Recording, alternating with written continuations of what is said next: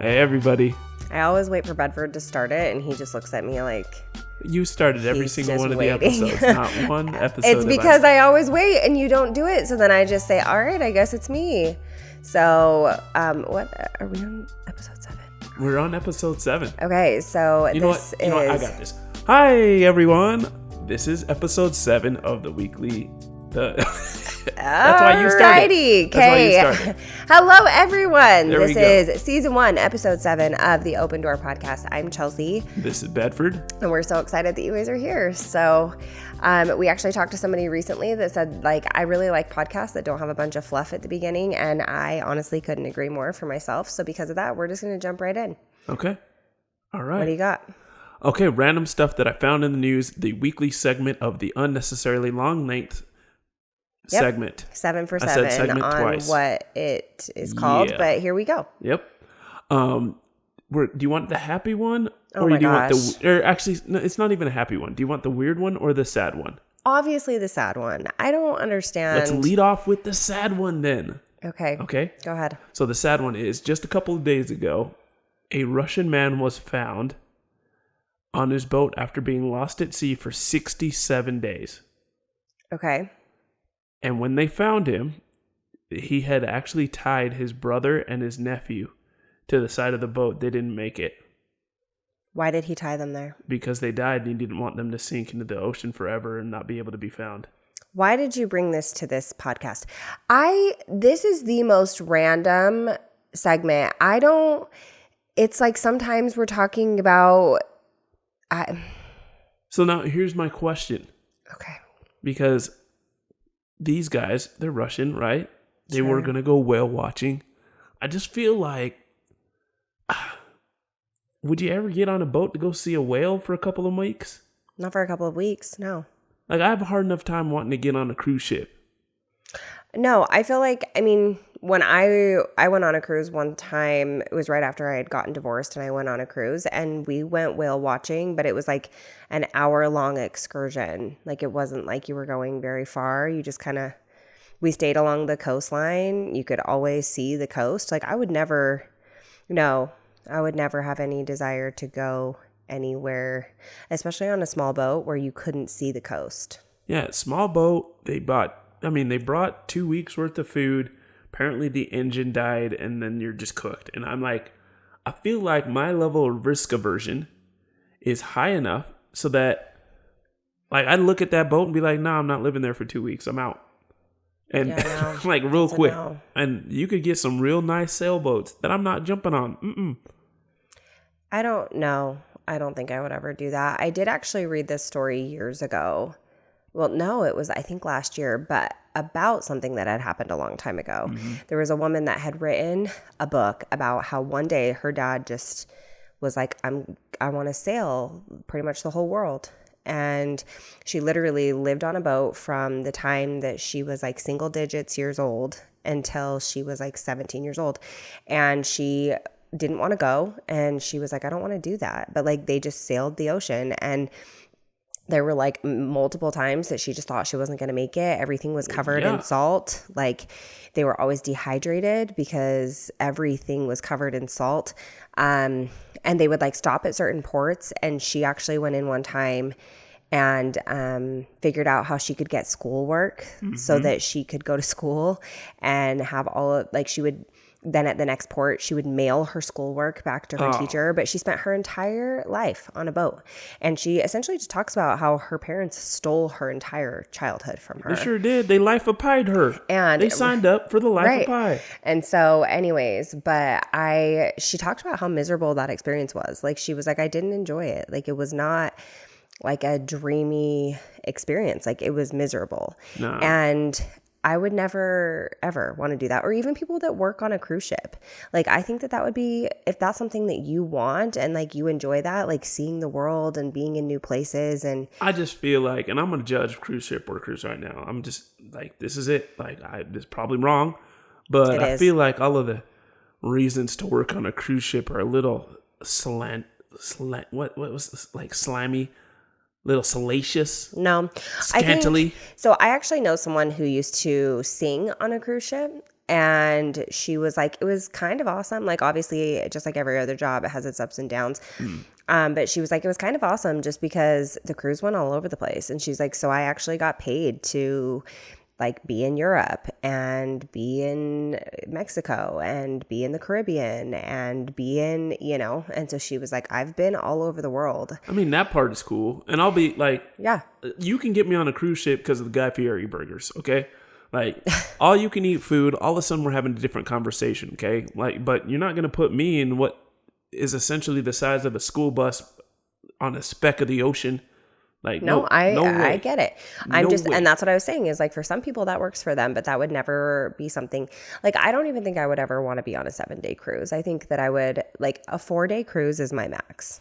I like the burgers and the soft served ice cream. You can't even have ice cream. I know, but I can bring Lactaid, Okay. an unofficial sponsor of the podcast.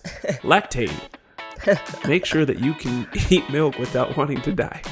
Get yours today. Get wherever you get your Lactaid. I don't know. That's just not for me. I would rather go and like stay in a port somewhere, like, if you're traveling out of Florida, I'd rather go stay in Florida for 3 days and then get on my cruise ship than be on a cruise ship for 7 days. But that's just me. Okay. So, okay. All right. What's the weird one? Because I feel like that was weird. I was sad. All right. And imagine weird. being on a boat with your dead brother. No, and I your don't dead even cousin want for to think 30 about days. that. I ain't trying to do that. That would be the worst. Nah. That man, he lost 100 pounds. Yeah. 100 pounds. You know what I'd look like 100 pounds Wasn't later? he dead? No, they found him. No, they found him alive. Well, that's still terrible. Okay. I just have to apologize to everybody on this podcast because this is so unpredictable. Like, well, yeah, that's the point. Okay, go ahead. All right, second one. This was my favorite. Oh, is this the one that Nope. I think that this happened? Bedford wanted to show me something. No, I lost that one. I can't find gosh. it. I have to dig through that one. Go ahead. Okay, so this one did make me giggle all night, and I kept it. Okay. But there's a zoo in China. Oh gosh. Okay, there's a zoo in China, and they just got busted on social media. Have you seen this? No.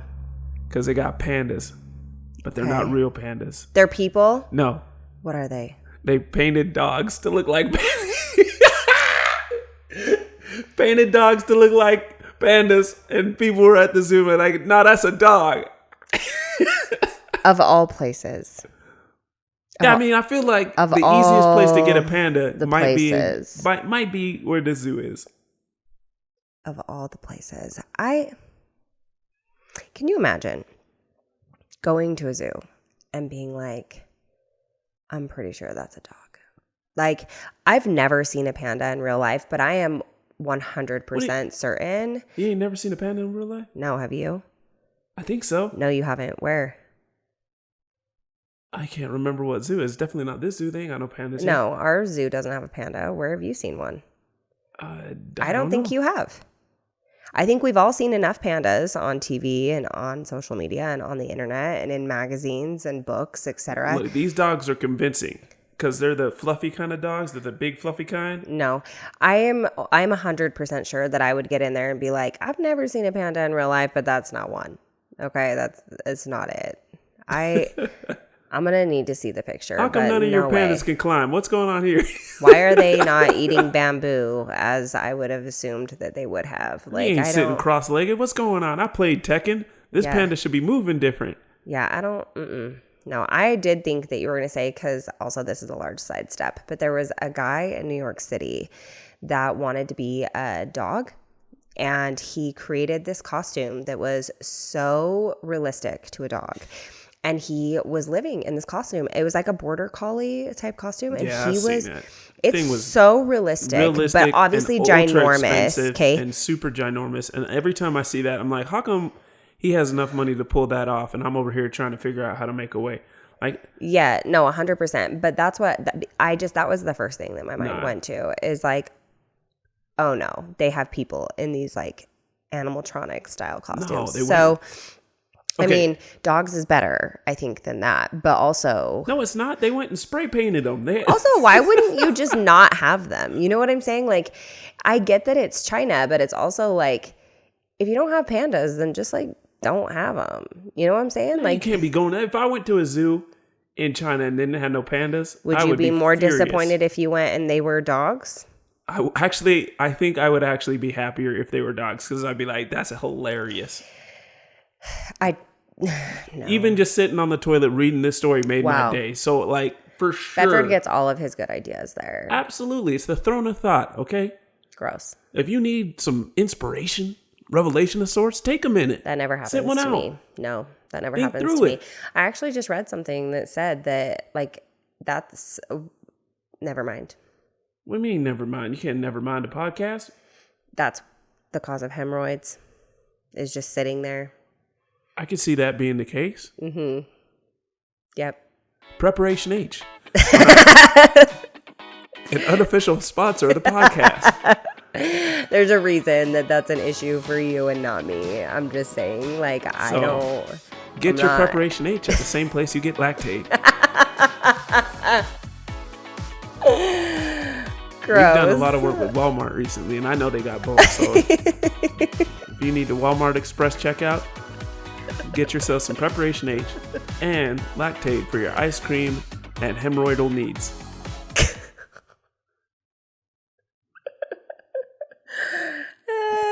Look, I gotta get this practice in, okay? We're gonna be doing ad reads. We're gonna be doing ad reads. I gotta practice them, okay? Not if they sound like that. That was a great ad read. It was, but it's top tier. You know, Preparation H is gonna be reaching out. Check your email. All Miss right. Drops. Not for me. Not Full for official me. sponsor, Preparation H. Bing. Wow. With the yellow box and everything. Mm-hmm. I can see that. Okay. Is that it? Is that all you had for me? Okay. So today's episode, I'm going to see if I can bring this a little bit closer to me and not ruin our lives. Okay. So we asked last week for people to ask questions, right? And one of the questions that I got that I think we would probably end up talking about anyway, that I think is a really beneficial topic, but it's also like very authentic to our platform, is how you move forward into a healthy relationship after betrayal, but then also how you are married to a person that has some of that trauma, right? So like, how do we make that work? Because I think that A, it's difficult for me because I went through it, but then B, it's difficult for you because there's this double-sided, like, I didn't do that to you, but yet you are the one that is essentially been responsible for cleaning up the mess, right? Correct. And like being there to be the support system and all of that stuff. And so I think that a lot of the people that are on my Instagram platform, like they found me because of that. And a lot of people have experienced the same type of trauma. And that's a very common question that I receive is how am I ever supposed to trust somebody again? And like, or the idea that you have to be completely healed and like completely moved on before you move into a new relationship. Okay. So just so we can maybe rewind a little bit, I think it's good to have maybe just some background, right? Sure. We're talking about this because your ex-husband had an affair. Right. And that's why people are asking how it is to...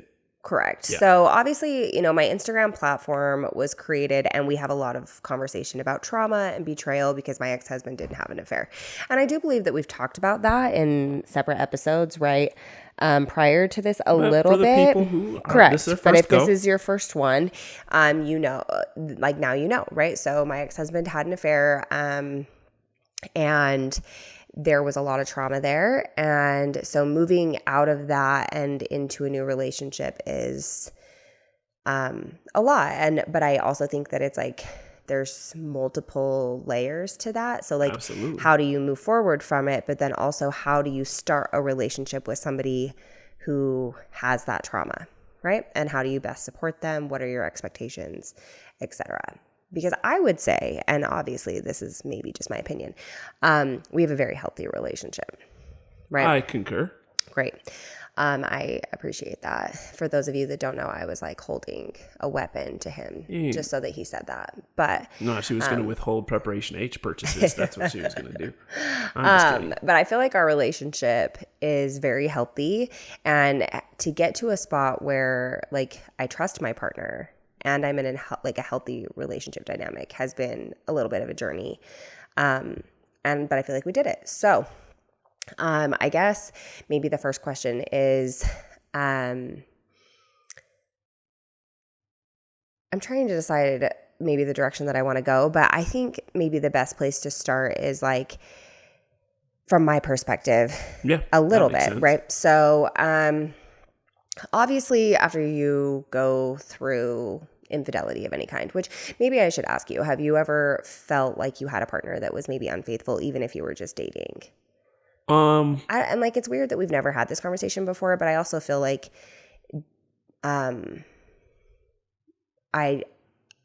or like a situation where maybe you just didn't feel like you could trust a partner, even if it's not infidelity. No, I would say I've never been in a relationship where I felt like that's not true.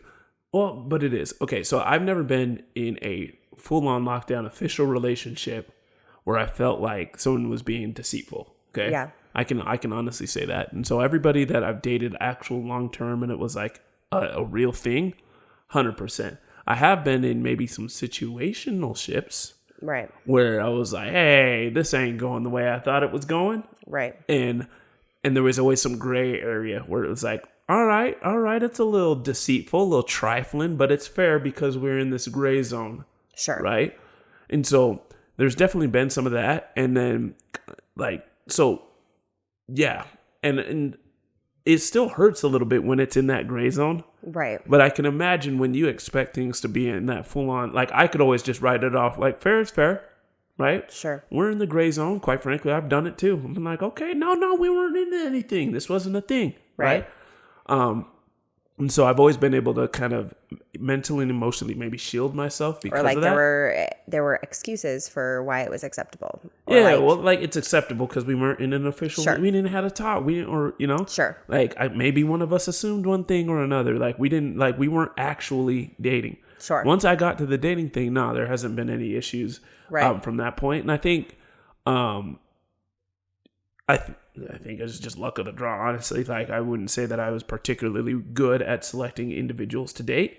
I got better, okay? And landed the right one. But, like, there's been some highs and lows in that decision-making process, okay? Right. I got some friends, maybe even listeners of the pod, that'd be like, yeah, well done. And then there's a couple where I'd be like, yeah, I messed that up. That was a terrible decision and not great. And so... Right. I think it's hard because, and I will be the first person to say that anytime people play the game, like, is it cheating? I suck at that game because I'm like, yes. Like, but it's also because for me, I feel like, and this is maybe something that I feel like we do really well, is like, if I have to ask myself that question, the answer is yes. Right? If I have to ask myself, like, is this cheating?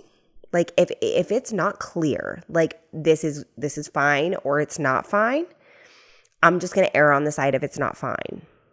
Does that make sense? I think it grows grayer depending on, like, the gray lines came in college.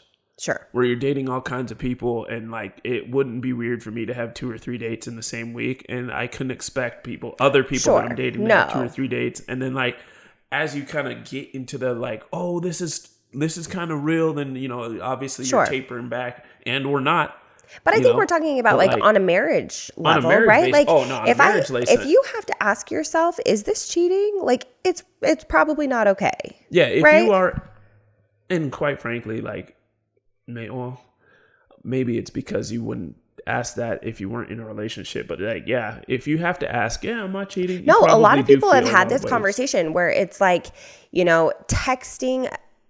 Is it cheating if you are texting a female coworker in your spare time, just talking about your day, right?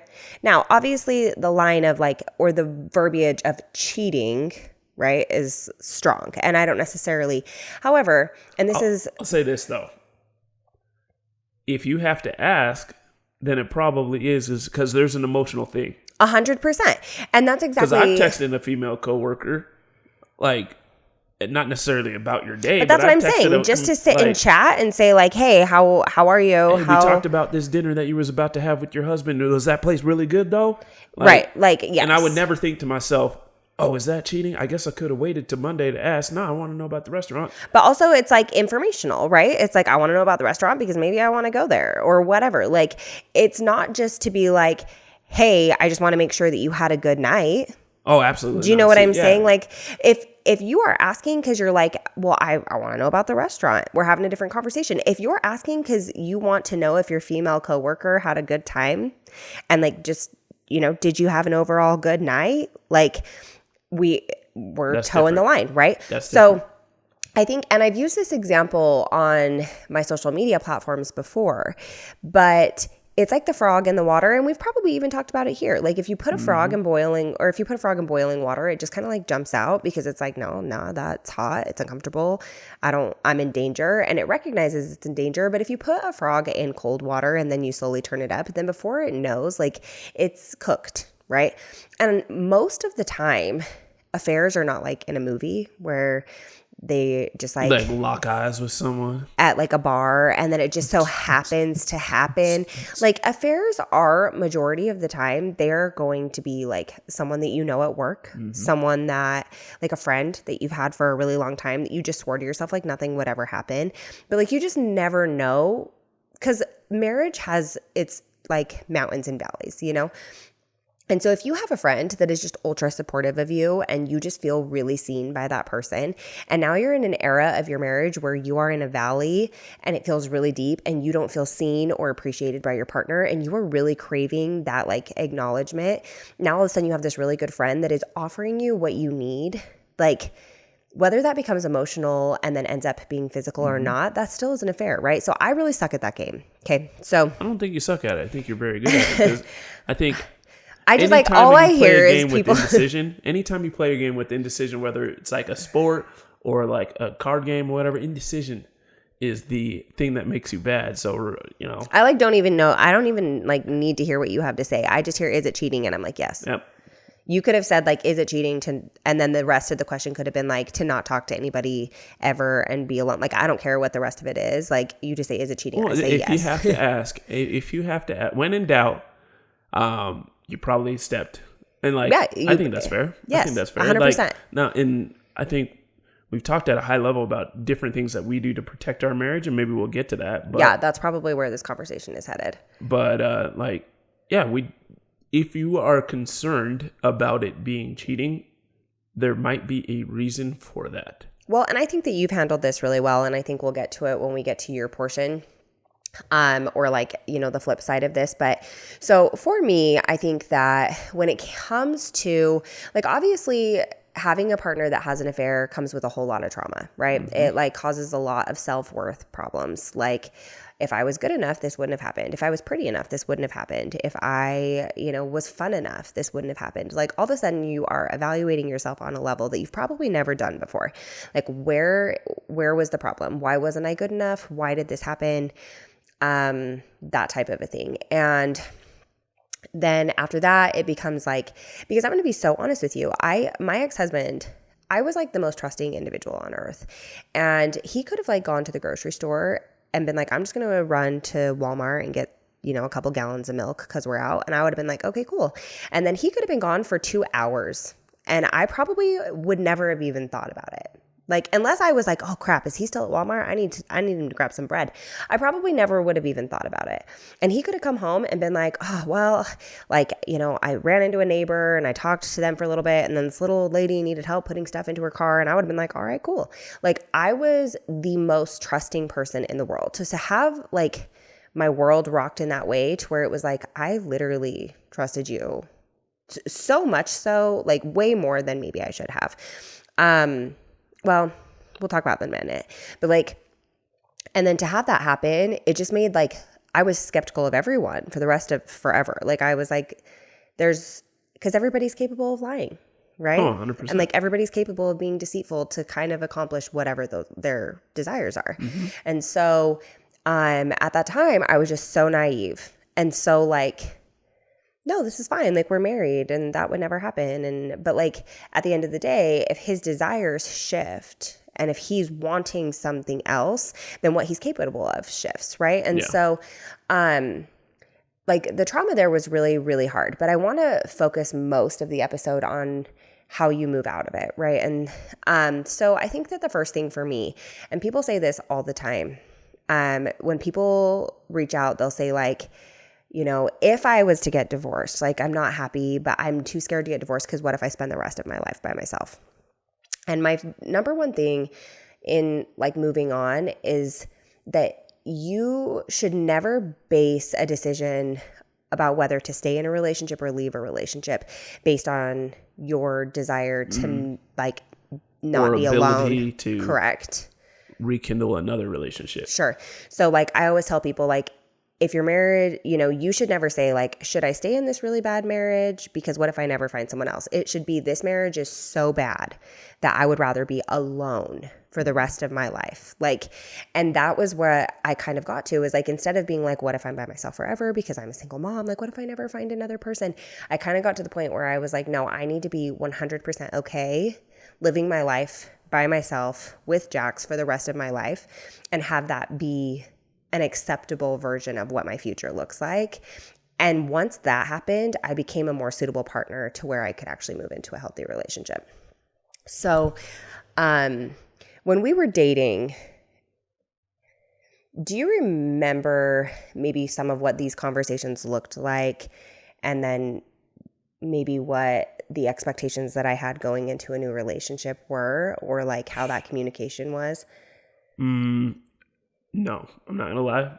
Yeah. I don't even remember what I had for breakfast this week. So That's true. You probably didn't have I breakfast. don't recall what. I mean, But I what do feel like we had conversations essentially surrounding, and obviously leaning towards a very specific conversation, and maybe that's just where we go from it because like I reference this conversation all the time, and I'm going to maybe have you talk about what this looked like. But I was talking to Bedford about when we were dating, just about like my fears about being with another person that was unfaithful or like didn't see me as valuable. And Bedford, and I'll lead it off by saying Bedford said, well, here's the thing. You're not the only beautiful girl in the whole world, right? Yeah. And I was like, excuse me, sir. Excuse me. But I'll let Bedford maybe explain this thought and just kind of talk about what the rest of that thought looked like because it has been a pretty large staple for our relationship. Yeah. Okay, so backstory. You know what? Well, let's start here.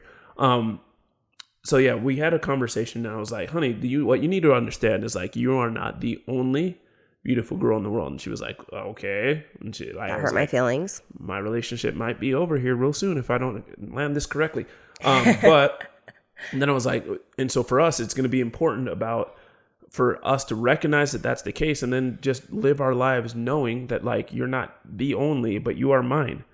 And so, well, and let me just save you for a second because he said, and I'm not the only good-looking man. I mean, right? I might be. I mean, wow, I'm gonna punch him right in his throat now.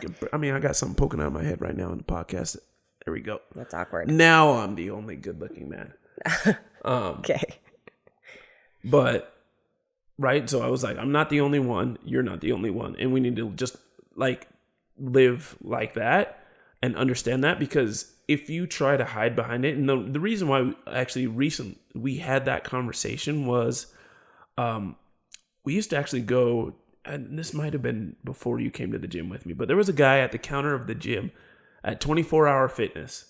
And we would go there. Such a good guy. And he was married. Now, I am a single dude, and I'm a little bit of a dog. Just a bit of a dog. I got some dog in me, okay? And so I'm like, yo, man, ooh, that lady over here, we actually had a friend that had a big crush on him. And she would, every time she'd, check in and, do all the, I was like, hey, she's feeling you, dog. And he was like, oh, I'm married. And I was like, yeah, but she's cute, though. And she's like, I will kill you. I have never heard this story before. Yeah, but he was like, oh, no, there's no other cute girls. And I was like, And I'm single. And I'm like, I see what he's trying to do. But I also see that that's a super dangerous mindset. 100%. But also you can't expect a married man to acknowledge, like, yeah, she's super cute. Like, but, I mean, you know what I'm saying? You're right, I can't. But, like, he was just kind of like, he was like, oh, there's no other cute. Like, the way he said it is like, there's no cute girls. I was like, that's not true. It's like, sure. There's no honeys. Like, you can't tell me, like, I mean, because at the time, I'm even asking for me, like, yeah, well, you see anybody I need to be talking to? And he's like, no, there's no cute girls here. I'm like, stop. Get out of here. And the guy is a nice guy, but he's like a 6 out of 10 best. Sure. Case Well, and scenario. we've had that conversation before where it's like we have friends that we're trying to line up and we can acknowledge like actually there's this like good looking guy or like there's a good looking girl that because it's like that I know they're really nice. They have all these other qualities, right? So it's like you can acknowledge that other people are attractive, but there's a line, right? And so, but the whole point of the way this ties back to the conversation was like, bro, you're walking a dangerous line. If nobody's attractive, then you're not going to live like anybody's attractive, right? If everybody's just, super ugly and you're married, then you're going to be fine going to lunch with your super ugly friend that actually isn't super ugly at all, Right. And so you're going to be fine making decisions that you would never make because You think that you're adverse, like you're protected and impenetrable. Like me, nah. I know for a fact I'm penetrable, and that's why I'm going to be like, yeah, there's plenty of beautiful people out in this world. Guess what I'm not going to do? Get too close. I'm going to keep my pace, right? Well, and that was also a really hard, so if you're listening to this and you're thinking to yourself, like, I don't like listening to that. Like, I don't actually like hearing him say that. We are on the same page, okay? I had a really hard time when he originally said that. Like, when he originally said, like, listen, I am not under any like illusion that I would never cheat on you. Like ever. And like he said, he's like, it would take a lot. Like, and he's like, but I'm not even going to figure it out. Like, I'm not even going to put myself in that position. And it made me almost sick to my stomach. And if I'm being very honest, I literally was like, maybe this isn't going to work because I was not ready in my life to hear that no matter who I was with, no matter what relationship I ended up in, that was still a possibility. Yeah. Right. And I think the way that we had the conversation was like, nah, I for sure could be seduced. I'm not going to be perfect in that situation. However, where I can be perfect is not being in that situation. Correct. Right. So I don't like, absolutely, you catch me, but you're going to have to get me in that situation first. And guess what? I've been really good at 100%. Put me in that situation at all. Right. And I mean, again, it's like, it's not to say like if I'm in that situation, there is a 100% chance that I'm going to screw up. Like maybe there's a 2% chance I'm going to screw up. Because I'm telling you right now, you get me, and that's exactly high. What I'm saying though, is that like you get me in a situation with another man right now, like another attractive man that's really nice to me and is really nice, nice abs. Yeah, like good abs. Some solid shoulders. That. Like I'm telling you right now, chest hair. I want to say that there's a 100% chance nothing's going to happen. But obviously, if something happened, it's like a 2% chance. Okay, so we're not having this conversation saying like, I don't do it because there's a 100% chance. Like, I don't trust myself at all. I'm a sleazebag. So if I end up in this situation, I know. That's what I'm saying is like, 2%, a 10%, cracked open 30%. Door is a cracked open door. Lock it down. And so you just say, I'm not even going to figure it out. I don't want to try it. I don't want to test it. I don't want to figure that out. So that was kind of the nature of our conversation when we were dating. And it was actually really hard for me because I wanted someone that was going to be like, nah, no, I would never. Yeah, you kind of had someone that did that. Yep. Yeah. But it's like, I needed that reassurance from somebody that was like, never, I'm not that kind of person. I would never do that. I would never make that kind of a decision. Now, moving forward, like I remember having a conversation, and I'm pretty sure it was with my mom about this exact conversation that we're having right now, where, my mom was like, Chelsea, she was like, can you really ask yourself, like even going through what you've been through, can you really say that if you put yourself in the wrong situation over and over and over again, that you would never step out of line? And I was like, I don't know. Like at that time I wanted to be like, absolutely, absolutely. I can guarantee that. But like, I think again, we go back to the frog in the pot of cold water. Like you develop these relationships. Now I'm going to sidestep again a little bit, but I used to work at the gym daycare. Okay. I'm just going to go ahead and say the gym is a cesspool of infidelity. Okay. Now that we've gotten that out of the way, because I used to work at the gym daycare and I worked there for 4 years. Yeah. You worked there a while. I worked there a long time, and I would watch men and women but come into the gym that were not married to each other, but they were always at the gym together at the same time. And so they just kind of got to know each other, a little bit chatty. They'd hug each other when they walked into the gym. They developed these relationships where it was purely just a friendship, right? And then maybe a year later, suddenly it's more than that. And then actually in some situations, even farther down the line, they're now divorced from their marriage partner and they're together, right? And we've seen it happen multiple times. But again, it's because they went into this situation where they were like, oh, I am only attracted to my wife. I would never. I am only attracted to my wife. I am only attracted to my husband. This is a safe relationship. Now suddenly, and again, you're at the gym. So people are complimenting your body. They're telling you look good. They're telling you that, I've had guys at the gym be like, I can't believe that you've had 5 babies. Like right now, if I'm not getting that from my husband, which I am, I just want you guys to know. She has had 5 babies. Look at her. Yeah. Appreciate it. Look at, so you want to stand up? I don't. Okay. You don't have to. Yeah, I don't. But good. Like, if you're not getting that from your husband, like if you never, which I can tell you right now, Bedford's the most complimentary person on earth. I need to be better.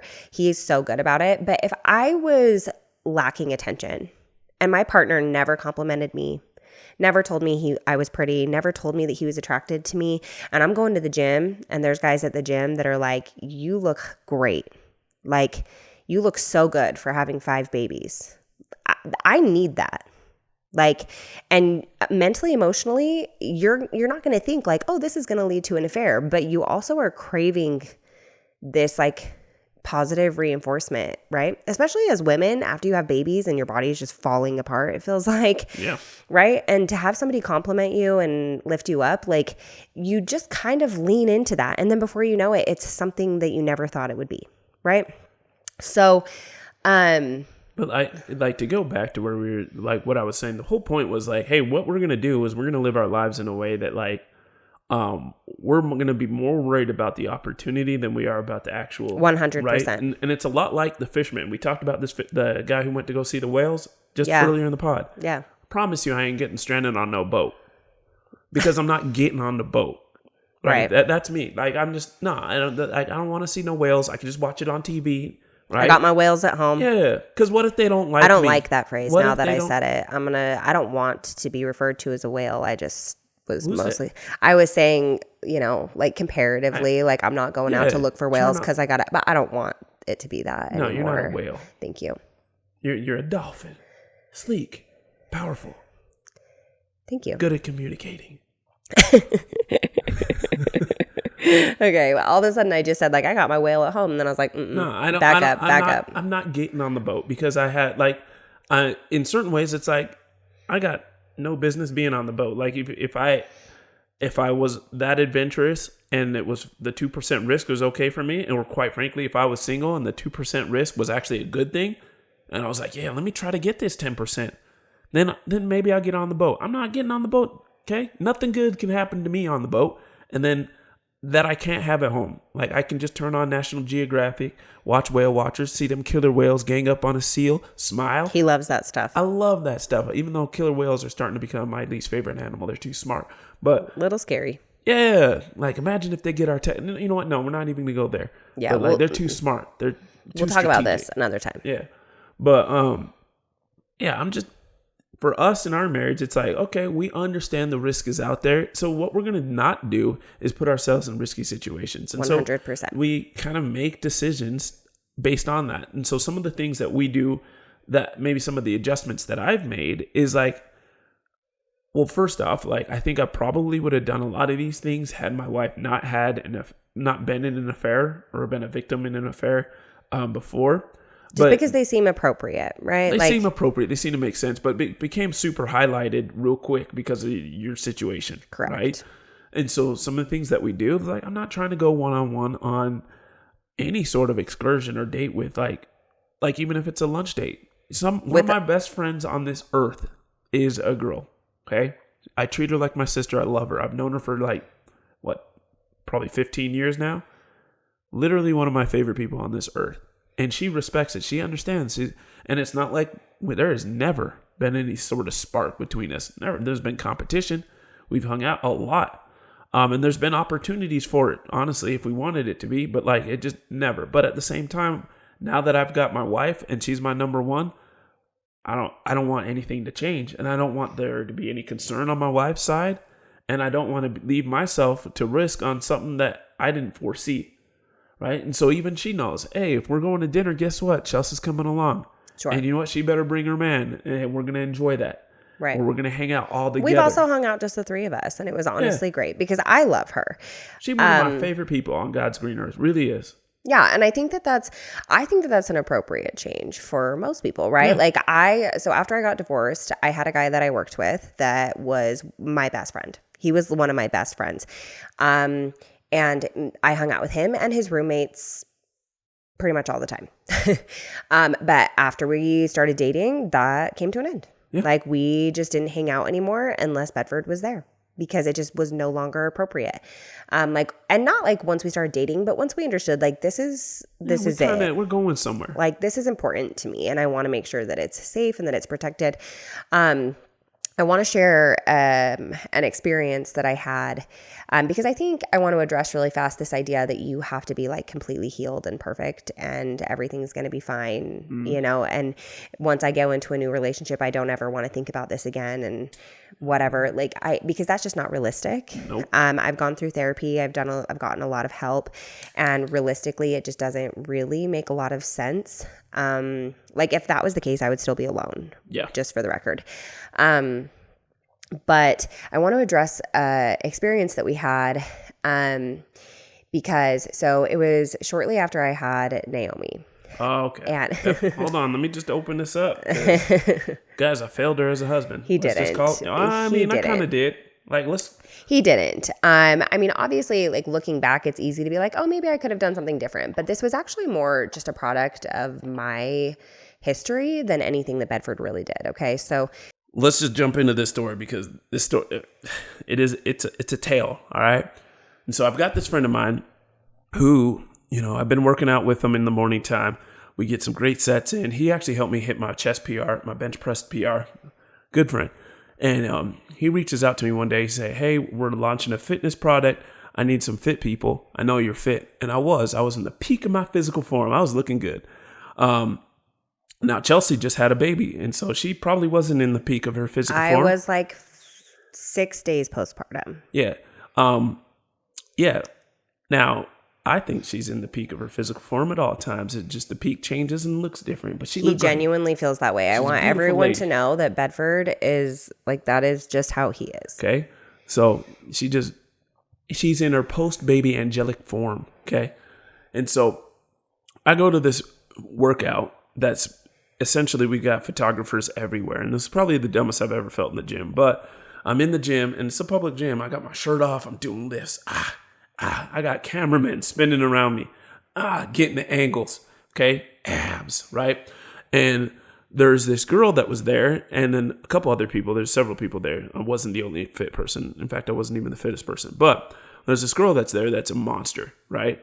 And she is shoulder pressing, essentially what I shoulder press. Now, I'm 210 pounds, and I'll be honest, like, I'm not the best shoulder presser. Like, we could talk about squats and bench press, but like I'm pretty fit, okay? 210 pounds, I'm doing my thing. And then this girl who's like 170 pounds is now shoulder pressing dumbbells that I was like, wait a second. I thought, okay. So I take a video, I'm like, yo, this is nuts. Because it is nuts. Like, for me, I'm like, this is ridiculous. It is. Like, and I can appreciate that. As a woman in the gym, I can look at other women and be like, oh my gosh. Like, I know what is realistic. And that is wild. Yeah, she's going Super Saiyan, okay? And I'm like, yo, this is crazy. So I take a quick video right quick, and we're building a platform, a fitness platform. At the time, I was running a fitness platform, and so was Bedford. Right? And so I take a video like, yo, look at this lady. She don't weigh, she like 5'3", she weighs nothing, and she's shoulder pressing half her weight. This is stupid. This don't make no sense. Right? And I don't know her from Adam. Like, I've actually never even talked to her at this point. I just know that we're all part of the same shoot. And then while I was on my off time, she's doing this. And I'm like, yo, that's crazy. And she's like, oh, that's a dope video. Tag me in it right quick. I'm like, I got you. Hands me what is it? She puts in her, Instagram handle. Boop, she's tagged in the video. I think nothing of it. We do the whole rest of the workout, doing fitness.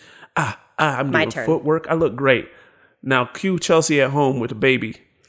So I'm sitting at home in an adult diaper.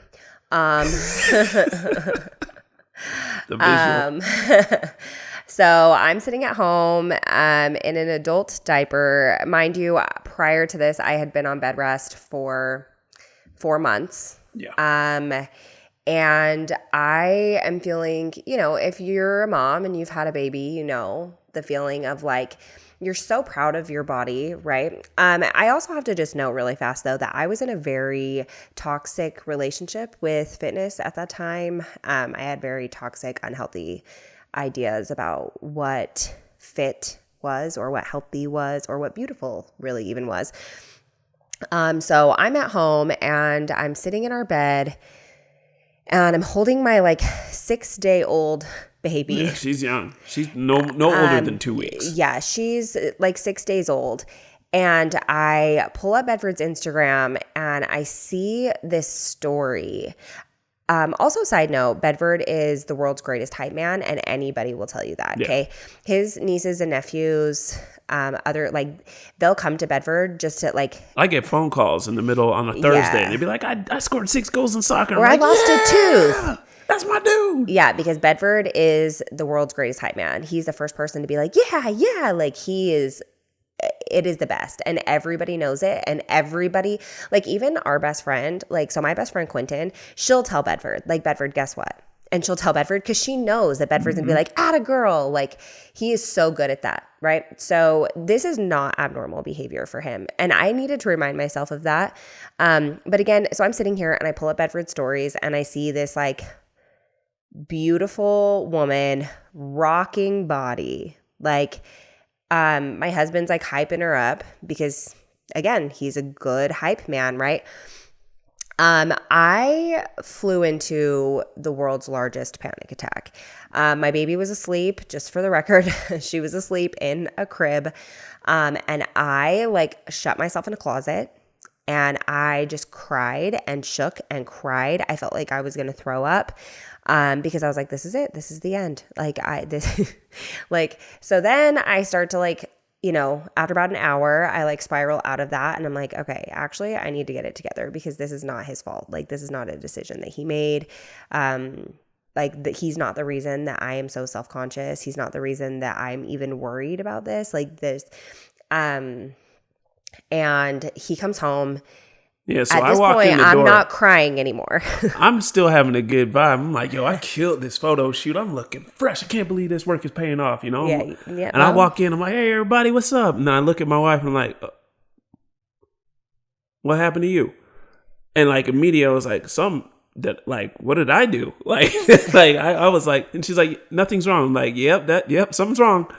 Well, my eyes were the size of a golf ball. I had eye bags that were abnormally large. You could tell I had been crying, even though I had spent a good amount of time being like, pull it together. This isn't his fault. He's had a great day. Get it together. It's not his fault. But he walked in and he saw me and was like, oh no. He knew. He instantly was like, oh no, I'm so sorry. And I was like, no, it's not you. It's not you. This isn't your fault. And he's like, no, it is. I'm so sorry. And I'm like, no, it's not. And we're going in this circle where he's like, I shouldn't have posted that. And I'm like, no, it's okay. So he's like, let's go out to dinner. And I'm like, okay. So we go to a Thai food place and I'm trying to pull it together still. I tell you this story for a couple of reasons. Number one, I just want you to know that, triggers will always be a part of who I am as a person. There will forever. It's been a long time since I've experienced anything incredibly triggering, but I know that there will likely be another point in my life where something happens that is incredibly triggering for me. And I think that ultimately it's not about whether or not the triggers exist. It's more just about how I deal with them, how they affect me, that type of a situation. So number one, this was probably one of the first times that I had such a large reaction to something. like I had little things where I was like nervous or I would get like, uncomfortable with certain things. But for the most part, I hadn't had like a large panic attack like that. Well, and to be in her defense too, like when she pulled up the story, she clicked on the tag.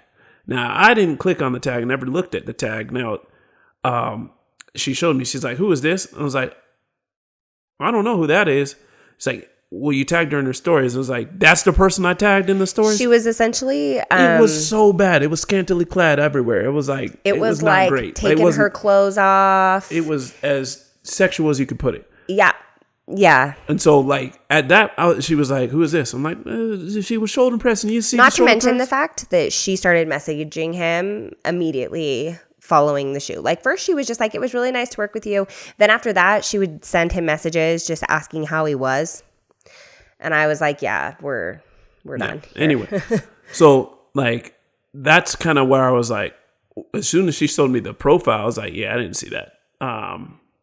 And since he took the story down. Oh, I took the story down. I was like, dang, I don't need that on like that's not good. Because not only does it make me feel uncomfortable, but also for anybody else that clicks on it is like, wait a second, like what are we promoting here? I literally was like, great shoulder press individual, and then I was like, oh, this is the individual, and we like it's not like I guess I'm over here like everybody's been in a photo shoot. That's not true. But like you kind of have your phone, you don't have your phone, you kind of have it, and then you're gone, right? Yeah. So it's not like you're sitting down, like going through and doing research. It was just a quick tag. Yeah, that didn't go well.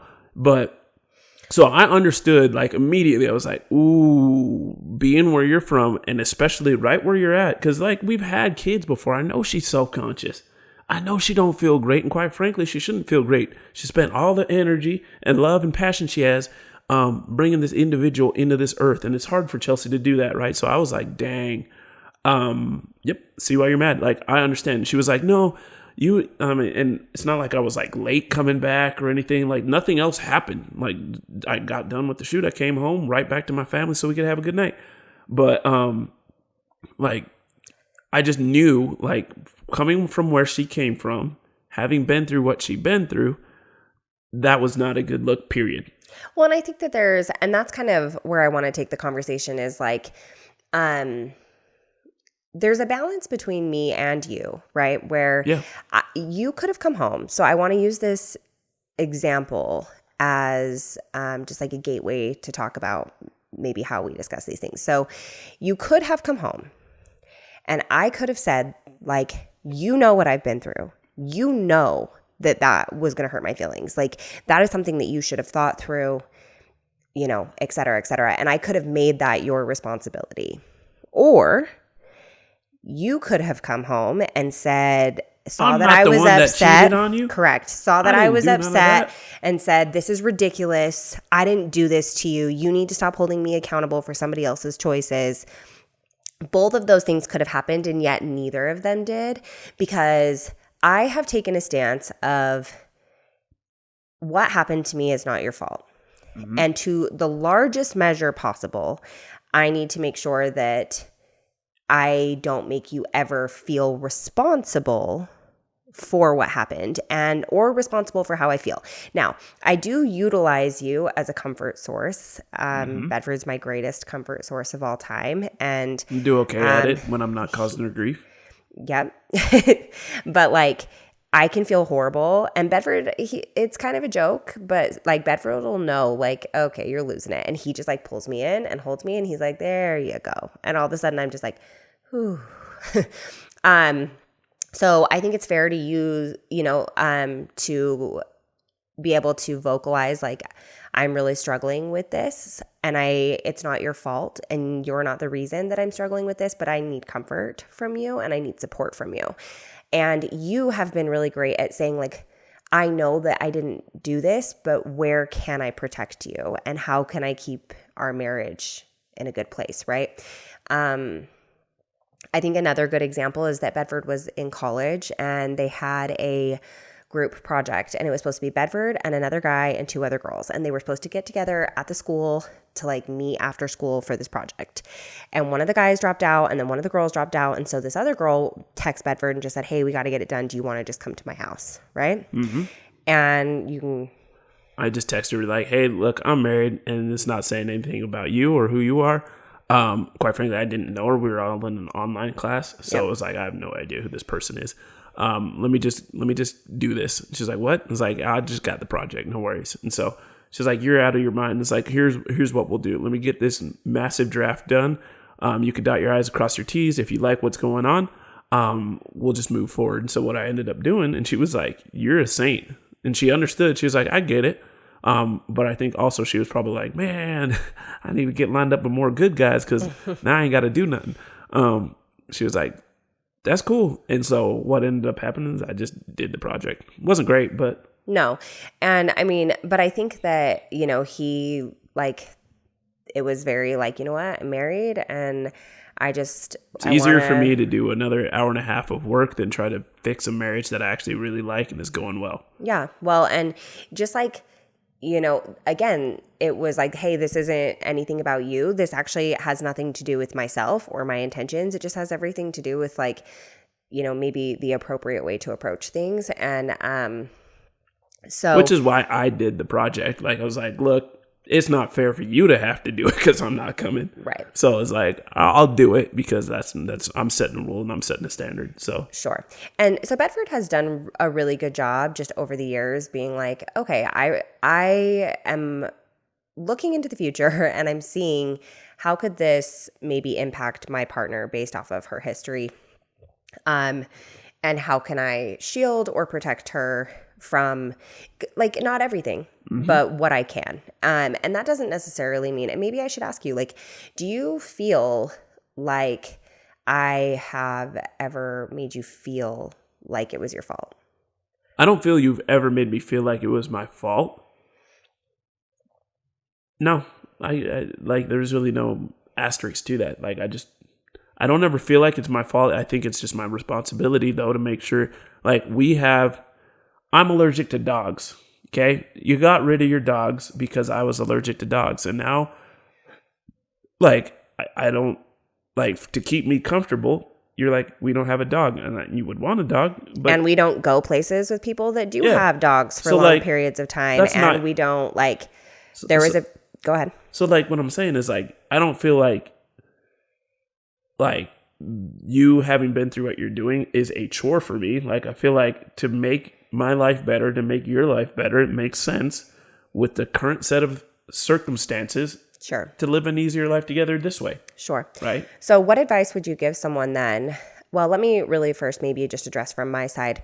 If you're going into a new relationship and you have experienced this type of trauma, my advice would be to have very open, honest conversations with whoever it is that you're going into a relationship with, that you are not completely healed, however, or like that you may forever have certain triggers or certain traumas, but that you are not holding them responsible for those things.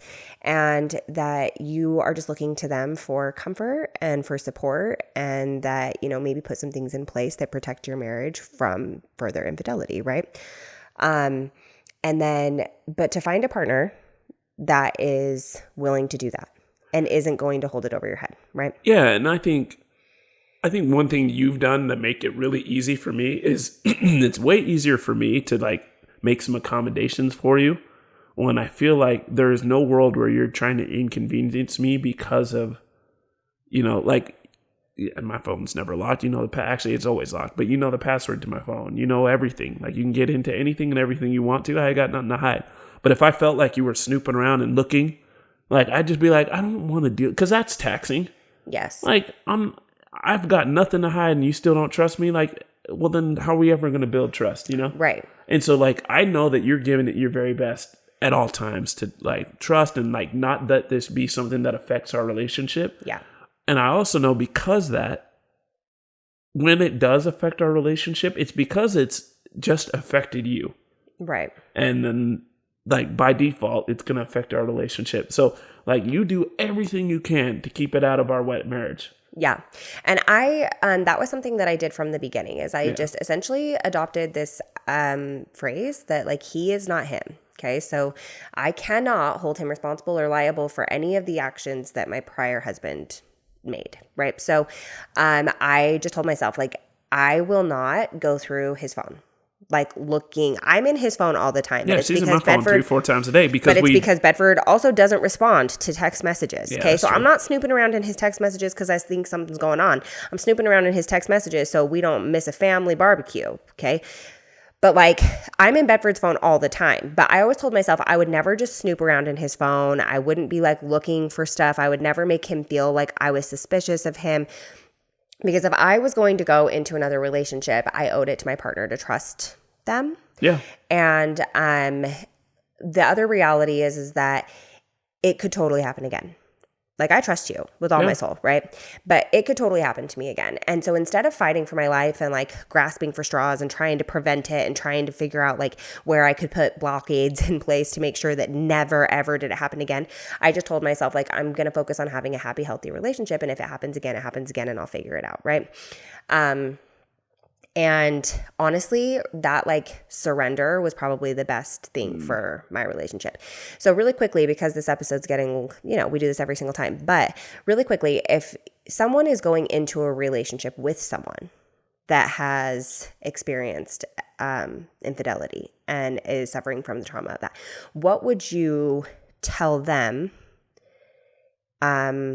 is maybe some of the important stuff to make sure that they have a healthy relationship or how to cope with that? Couple of things. I think, you got to communicate. We always talk about communicating. Communicate and set expectations early, because that's something that we did do, and I don't even think we did it on purpose, right? Communicate and set expectations. I knew that she had been through an affair, and because of that, there were some side effects. Correct. Okay?